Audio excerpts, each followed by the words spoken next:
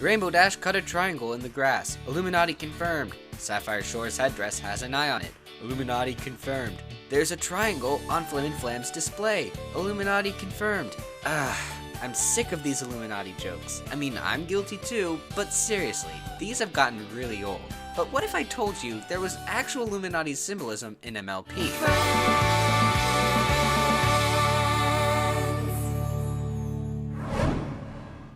You may doubt now, but by the end of this video, you won't be so skeptical. It all comes down to one episode, Magical Mystery Cure. There is one image that has appeared in every episode before Season 4, except for Friendship is Magic Part 2, The Return of Harmony Part 2, A Candlelight Wedding Part 2, and The Crystal Empire Part 2.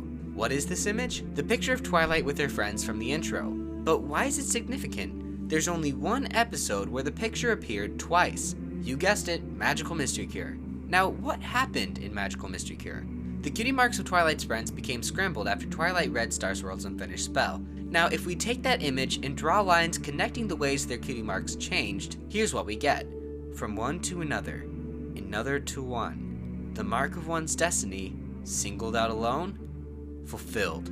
Ladies and gentlemen, what we have here is a pentagram. In ancient symbolism, the pentagram was actually a good symbol. It represented 5 parts to make a whole, like the 5 senses or the 5 elements of life. Note that the apex points towards heaven. However, when the pentagram is turned upside down, like in the picture, it has a very different meaning. It represents the proper order of things reversed. The upside down pentagram became a satanic symbol, and the 2 points pointing up were likened to goat's horns, rebelling against heaven. You might be wondering, how could this be intentional? This couldn't have been planned. Well, consider this. Many believe the upside down pentagram has the ability to attract evil forces.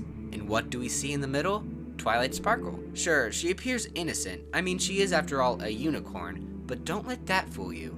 Here's where the Illuminati comes in. Ever since the Illuminati was founded in 1776, each member can be traced back to 13 distinct bloodlines. The 13th bloodline is rumored to be where the Antichrist will rise from, and the symbol used to represent this bloodline is the unicorn. Not just in this instance, but centuries beforehand, the unicorn was used as a sign of the Antichrist. Don't forget that the spell that made this pentagram in the first place ended up turning said unicorn into a princess. Afterwards, Twilight wasn't a unicorn at all, but an alicorn is really just a unicorn with wings. So as a symbol, the alicorn is a more powerful Antichrist. So this is Twilight's destiny being fulfilled. The rise of the Antichrist. Now the question is, who would put this in the show? Surely not Lauren Faust. Think again. Interestingly, everything we've discussed all comes back to Lauren Faust, the one person who's had the most influence on Friendship is Magic. Names are extremely important. In a classic German legend, Faust is the name of the protagonist. Although he was highly successful, he still felt dissatisfied with life. It was on that fateful day that Faust made a pact with the devil, exchanging his soul for unlimited knowledge and worldly pleasures. This legend inspired many interpretations of the same basic story. The term Faustian came to describe a person who made a deal with the devil. This may explain why Friendship is Magic was met with such success, drawing in not only the intended age group, but also an older demographic. Perhaps a deal was made in the dark. Lauren Faust? More like Lauren Faustian. It's here that we have our final clue. Look at the name itself, not just her name, but the letters. L is the 12th letter of the alphabet, and F is the 6th. Because Lauren has 2 syllables, the 12 can be split into 2 sixes, creating the number of the beast, 666. Coincidence?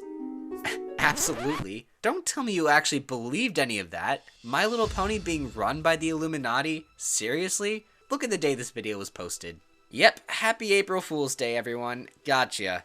But on a more serious note, I have some great news for you guys. In lots of my videos, especially the older ones, I've quickly flashed images of Nic Cage for a frame each. Why, you ask? Well, I worship this man. I even have a shrine to Nic Cage in my room. Because of this, I'm changing up the style of my channel. Out with the old, in with the new. My new OC was drawn by Sketching Ponies at DeviantArt. In fact, I'm no longer the Brony Notion at all. I am now the Nic Cage Notion, signing out until next Wednesday. Brohoof.